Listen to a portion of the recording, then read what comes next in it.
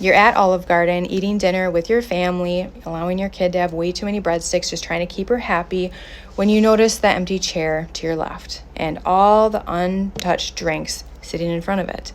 Suddenly, your husband's grandpa bursts out into tears, like all out sobs into his hand again. And the waitress is like, oh my gosh, I'm so confused. I don't know what to do. And you quickly go back to, tend to your child to see, like, what are you thinking about this? Like, how are you handling this? And you just notice she's mowing down on her little garlic breadstick, but she's looking around so confused and scared.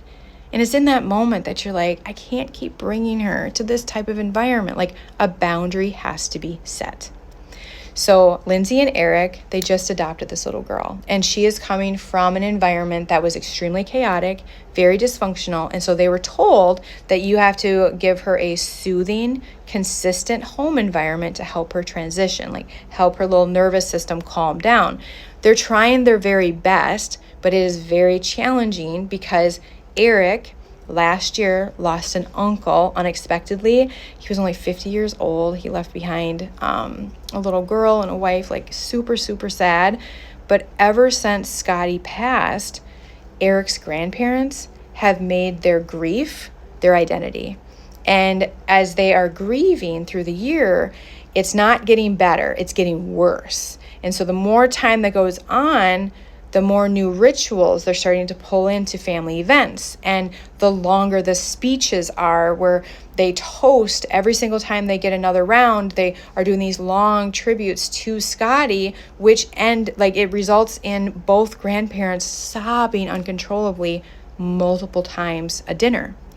So one of the unique rituals that they have started, this is new to the family, is they want a chair left empty for Scotty, whether they're at home or in a restaurant.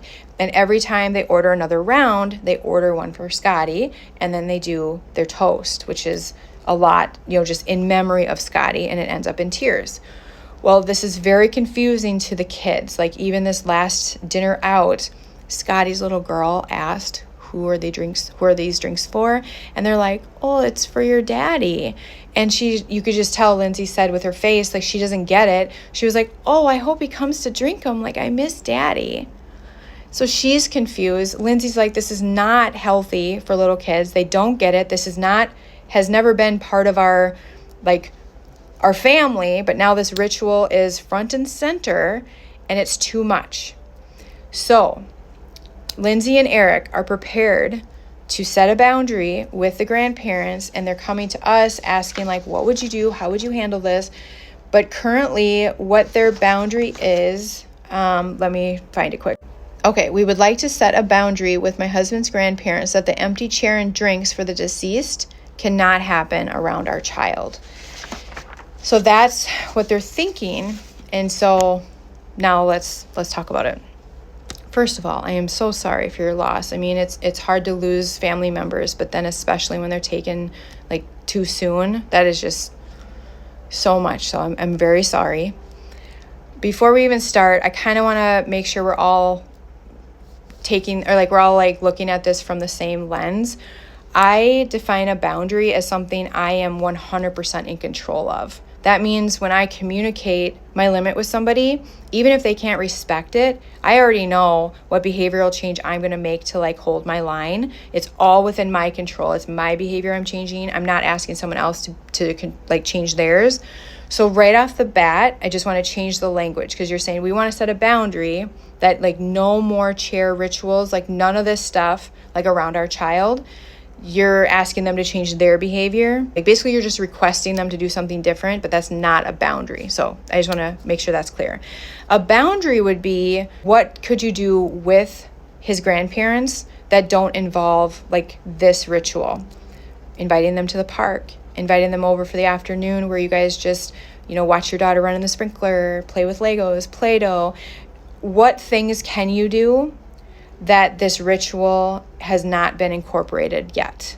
That's what I would think about. And then I would do those things with his grandparents. Now, obviously, they're going to be like, why aren't you at all these events? It sounds like you guys have dinner a lot. And they're going to ask questions like, why aren't you showing up? We miss you guys.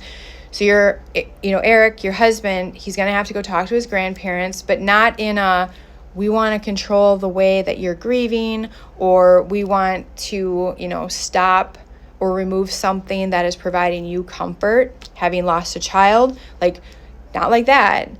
Eric needs to go to his grandparents and just let them know that, like, we love you guys so much. We can only imagine how painful and difficult this is, and we understand, everything you're doing is you're trying to help yourself, like, move through this and cope with this, and we totally get it. We want to honor that. We want to make sure you have the space to grieve and honor Scotty in whatever way feels best to you. And we have this new little girl in our lives who needs this type of environment. So for the time being, we're just going to get together in new ways. And then I would explain what that looks like. So you are not, punishing them at all. You're just simply saying, like, do whatever feels best for you. Like, as a parent who has lost a child, we have no clue. We're not trying to control that at all. But for our child, like, as a parent, we do have to make sure, like, it's a good environment for her. So this is what we're going to do. That's all you're doing. It's completely out of love. That's what I would focus on. That could actually be a boundary, something you can control.